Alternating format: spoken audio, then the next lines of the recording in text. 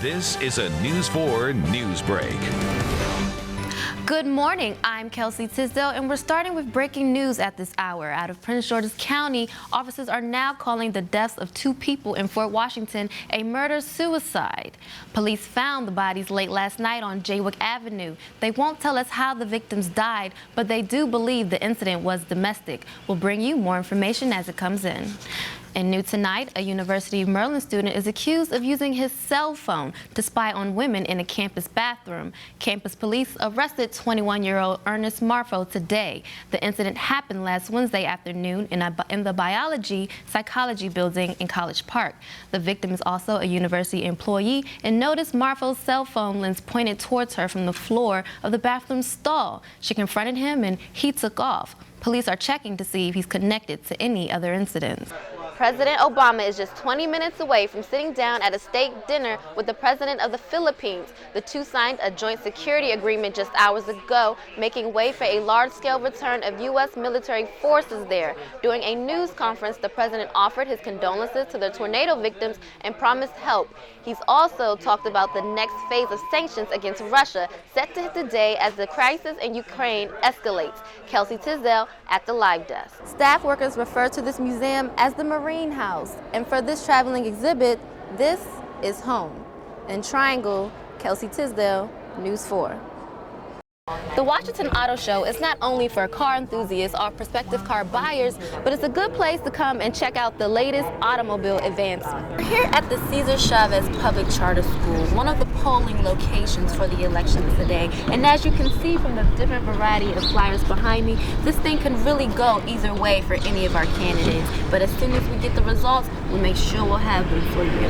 In Northwest Washington, I'm Kelsey Tisdale, News 4. The parents and attorney of Daniel Millsman hurried into the U.S. courthouse with the hopes that he will be released from jail while he awaits trial. According to the court files we obtained before the hearing, days after making the ricin, Millsman told his resident advisor about the substance in confidence.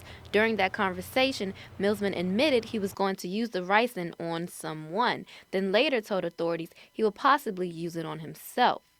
Prosecutors argued a strong case against Millsman, saying he should remain in custody because his reason for making the lethal substance was for a possible suicide attempt or to use the toxin against another person. They brought up that a stay-away no-contact order was issued from him and another student against each other. Either way, he was a danger to himself and others, they said. On the other hand, the defense looked at the conversation with the RA as a clear cry for help, saying that over a dozen of his colleagues showed up to support him demonstrates that he was no danger, but perhaps just scared.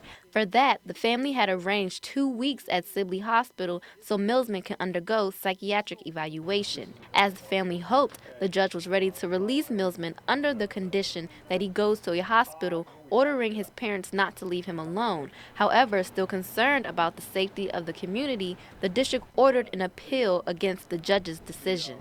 Now, because prosecutors ordered an appeal, that means Millsman will remain incarcerated in solitary confinement at least for one more day under suicide watch. At the U.S. Courthouse in Washington, I'm Kelsey Tisdale, News 4.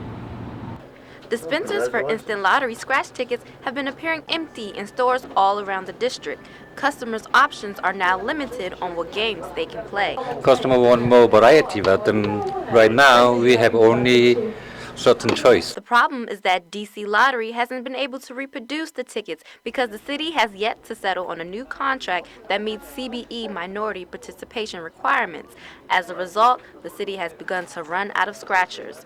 Director of the DC Lottery, Buddy Rugao, fears this issue will drive customers to Maryland and Virginia instant lottery locations. We've been struggling for years to compete effectively with them. We've made a great deal of progress. We don't want to lose that progress. Chief Financial Officer Jeff DeWitt has sent out a letter to council proposing a short-term agreement which will exclude minority contractors for a year to buy time to settle on something more permanent.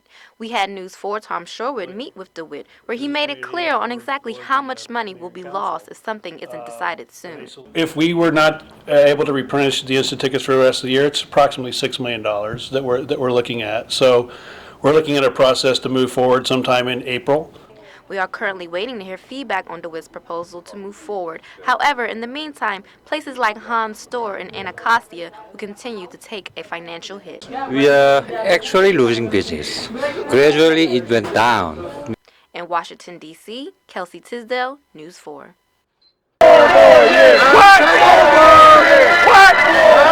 Well, that time of the year is here again to cast your votes for the D.C. primary election. Today, we'll wrap up the final day of voting, and we caught up with some of the candidates as they put in their votes. Couldn't be a better day. Best day so far, and we're doing well. We're all over the ward.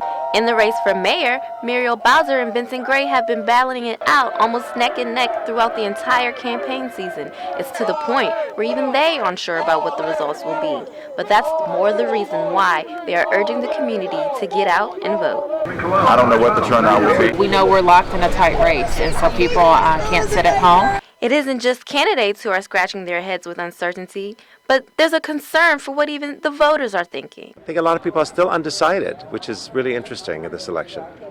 But one thing they all agree on is that whoever the voters choose will hopefully be the best fit for continuing to improve the city. After today, hopefully we're going to elect more progressives and see the city on its right track. We're here at the Cesar Chavez Public Charter School, one of the polling locations for the elections today. And as you can see from the different variety of flyers behind me, this thing can really go either way for any of our candidates. But as soon as we get the results, we'll make sure we'll have them for you. In Northwest Washington, I'm Kelsey Tisdale, News 4.